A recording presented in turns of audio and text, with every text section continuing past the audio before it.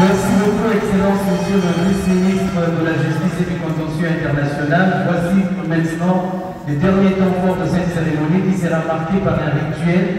Et pour nous introduire à ce rituel, je voudrais inviter très respectueusement Monsieur le doyen de la faculté des droits de droit de l'Université de Kinshasa et conseiller spécial de son Excellence, Monsieur le Président de la République, le professeur Jean-Louis Essambo. Monsieur le professeur.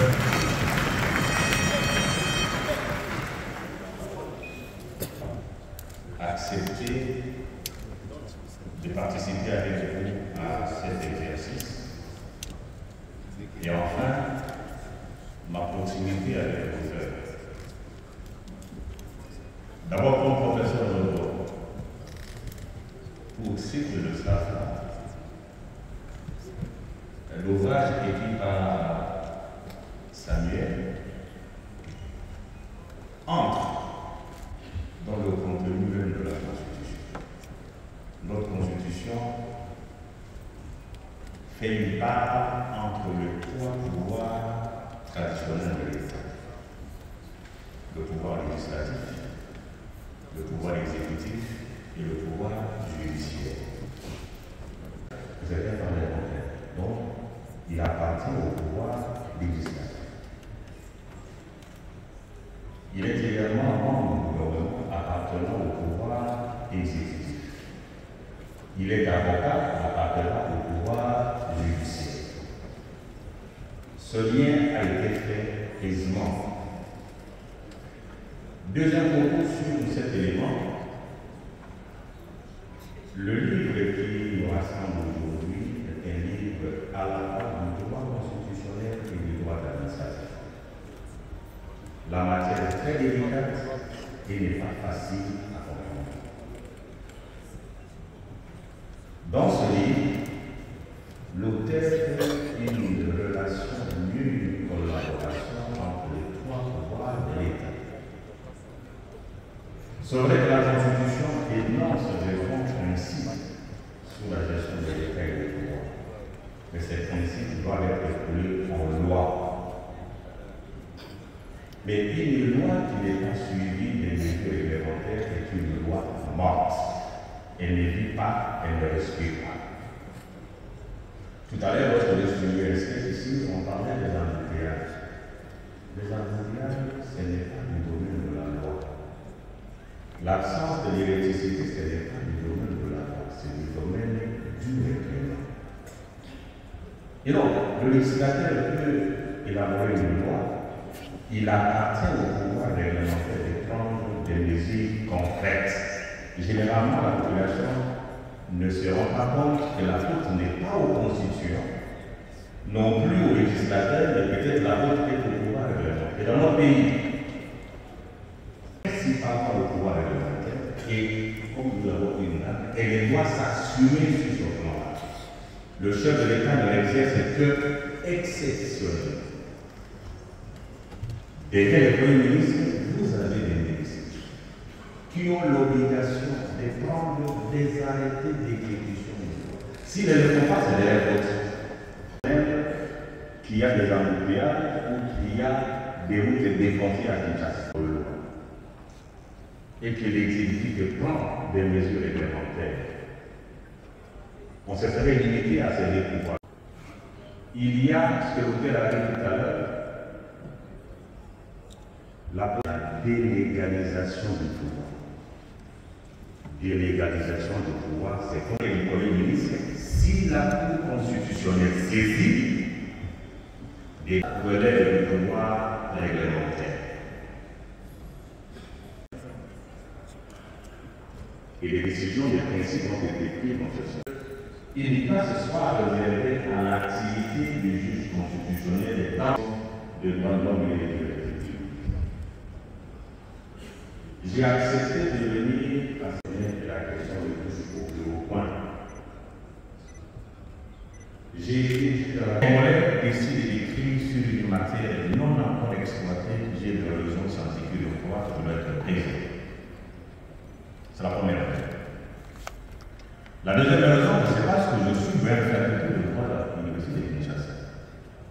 lorsque quelqu'un s'engage en thèse, quelqu'un pour qui j'avais présidé un jury de défense sous les marques de l'ES.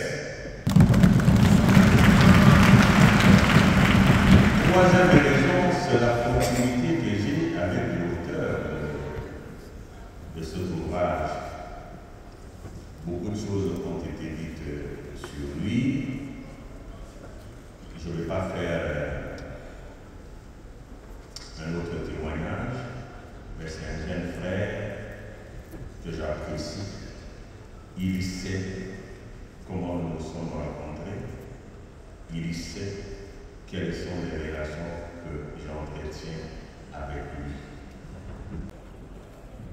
J'ai fait l'exception à la pratique de vernissage de l'ouvrage. Je veux dire, je baptise l'ouvrage et je souhaite que cet ouvrage puisse être lu. J'ai accompagné ces rituels à un commentaire bien précis. C'est vrai qu'il est attaché à la question de droit de l'homme, il était public avec l'inclusion chez nous de l'arrondissement. Je présume qu'il ne va pas entrer en conflit avec le président de la CNDH, qui a aussi une partie des prérogatives sur la matière. Mais si, en tant que moyen, je peux vous suggérer quelque chose, c'est de continuer avec cette question juste en thèse et d'exploiter la position prise par le juge constitutionnel, pas simplement congolais, mais aussi le juge constitutionnel en droit comparé. Ce regard nous permettra de voir ce que nous pouvons faire pour notre pays. Certainement qu'il va devoir inspirer aussi bien le législateur que le titulaire du pouvoir réglementaire. C'est ça le mot que je voulais dire. Un mot très technique, il est important que je le dise avant de vernir cette loi. Je vous remercie. Merci beaucoup. Nous avons immédiatement invité une des intervenants, le professeur Jean-Louis Saint et le ministre des Affaires étrangères.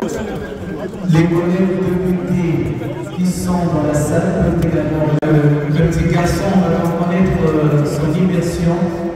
Est-ce que ce sera avec des lobbyistes? Peut-être pas. Voilà, tout le monde y est. Allez-y, s'il vous plaît. On va passer à la cérémonie de vernissage.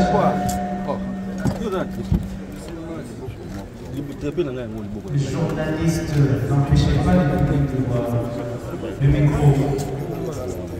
S'il vous plaît, la technique, votre micro, s'il vous plaît. S'il vous plaît. Chef.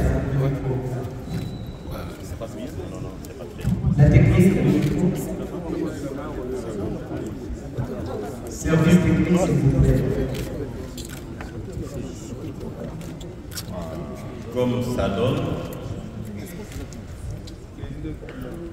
Samuel Mbemba Kabouya Tanda. Lorsque le professeur William Tachi a fait la présentation de votre personne, il nous a dit que vous étiez marié et père d'une petite fille. C'est un dessein qui n'a pas payé une vie et non de l'enfant que vous avez. Ce n'est peut-être pas nécessaire. Mais lorsque vous nous avez parlé, vous nous avez appris que celui-ci est votre premier fils scientifique.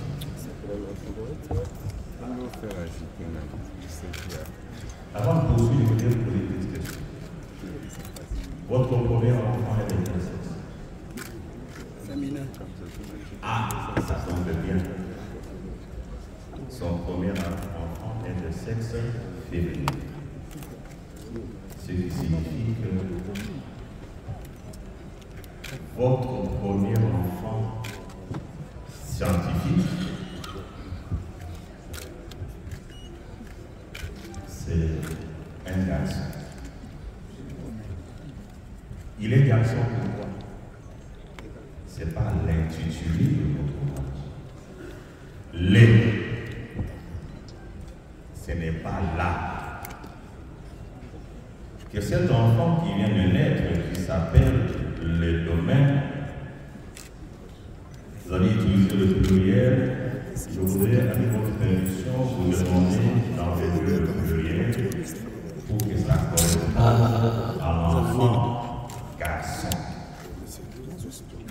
Le domaine de la loi et de l'Église. Vous qui venez de naître, des entrailles Laissez, madame, laissez. de Samuel, Memma Kabouya-Kanda.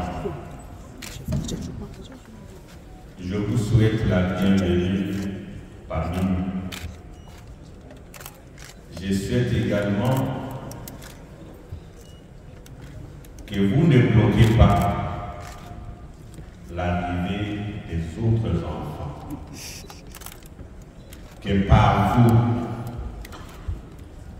votre géniteur ait davantage l'énergie nécessaire et la fécondité pour nous gratifier des petits frères et des petites sœurs.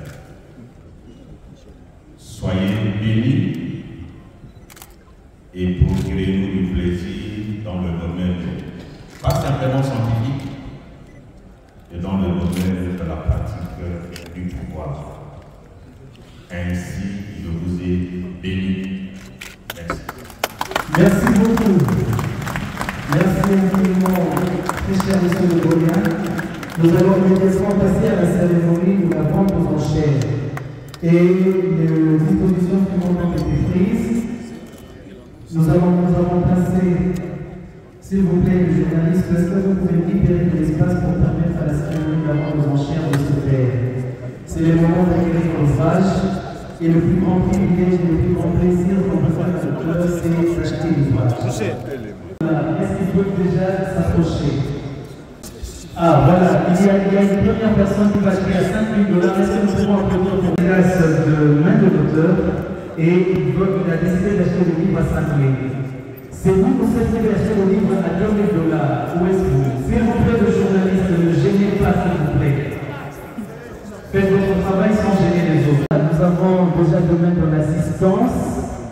Vous pouvez juste vous lever de l'endroit où vous êtes, avancer. Et je voudrais demander pour la dédicace. Vous pouvez monter pour la dédicace. Le placement qui ont acheté à 2 000, 5 000 $ pour dédicacer leur livre. J'invite ceux qui veulent acheter à 500 $. Oh, sorry. 500 $. Ah, c'est lui. Merci beaucoup. Rejoignez votre Excellence. Je vois monsieur le vice-ministre des Affaires coutumières. D'abord, je suis très heureux. Je suis très heureux d'assister au vernissage du livre de l'honorable du vice-ministre Samuel. Donc, le plaisir d'un parent pour une œuvre bien accomplie d'un enfant, de son fils. Je suis très heureux. Bien, c'est un travail bien fait. Pour éviter que j'exagère, pour ne pas dire un travail excellent, mais un travail de qualité, comme vous l'avez dit. Vous avez parlé de la fidélité. Et je crois, je demande aux étudiants du droit, même aux fonctionnaires, d'acheter ces livres. Ça va les aider dans le cadre de leur travail. Oui, c'est important. C'est ce qui a fait que Samuel devienne ce qu'il est devenu et il va aller loin. Ça, je peux vous l'assurer. Oui, cet ouvrage est important pour nous, élus du peuple, parce que nous allons exploiter le contenu de ce qu'on appelle le domaine de loi et réglementaire, pour nous permettre de travailler efficacement en ce qui concerne le loi que nous allons proposer, voter, etc. En En feuilletant, ça permet à ce que l'exécutif puisse travailler rapidement en prenant des décrets à leur niveau pour améliorer les conditions de vie de nos populations. Et en ce qui nous concerne aussi, que l'on puisse mettre à la disposition de nos populations et du pays de lois appropriées et adaptées pour résorber tout le problème qui gangrène dans notre pays. En ce qui concerne la révision, j'ai déjà donné ma position. La position est celle de mon parti, le MLC, et nous avons abordé la question relative à la révision ou le changement. La problématique posée par ce livre mérite que les intellectuels, disons, approfondissent le contenu de cet ouvrage, parce qu'il y a beaucoup de confusion actuellement, et vous avez compris ce qui relève de la loi et ce qui relève du règlement. Tout le monde trouve de la matière, même les institutions judiciaires de notre pays. Il n'y a pas de conflit. Les institutions nationales de droits de l'homme, les institutions pays, sont partout au monde, dans chaque État, chaque pays. Et voilà, par exemple, les principes de Paris, les Nations Unies demandent à tous les États membres de cette communauté internationale d'instituer chez eux ce qu'on appelle les commissions nationales des droits de l'homme pour accompagner les efforts, les avancées, conseiller les institutions classiques. Donc on ne peut pas entrer en conflit à partir du moment où il y a par exemple un ombudsman, c'est un modérateur en quelque sorte.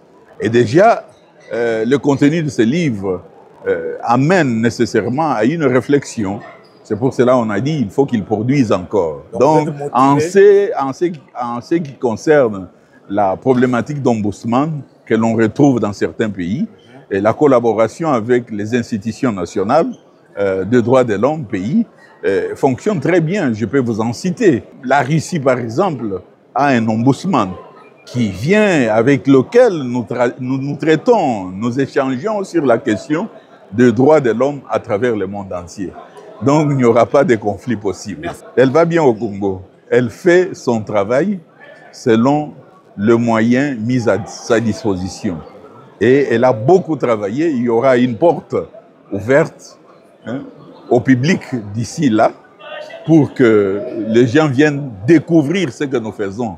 Le problème, c'est médiatiser tous nos faits et actes posés pendant ces 2 années de notre existence.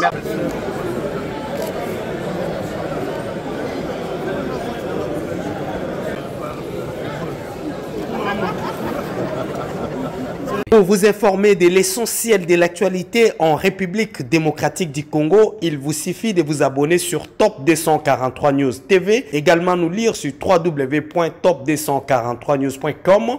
Au nom de toute la rédaction, nous vous remercions.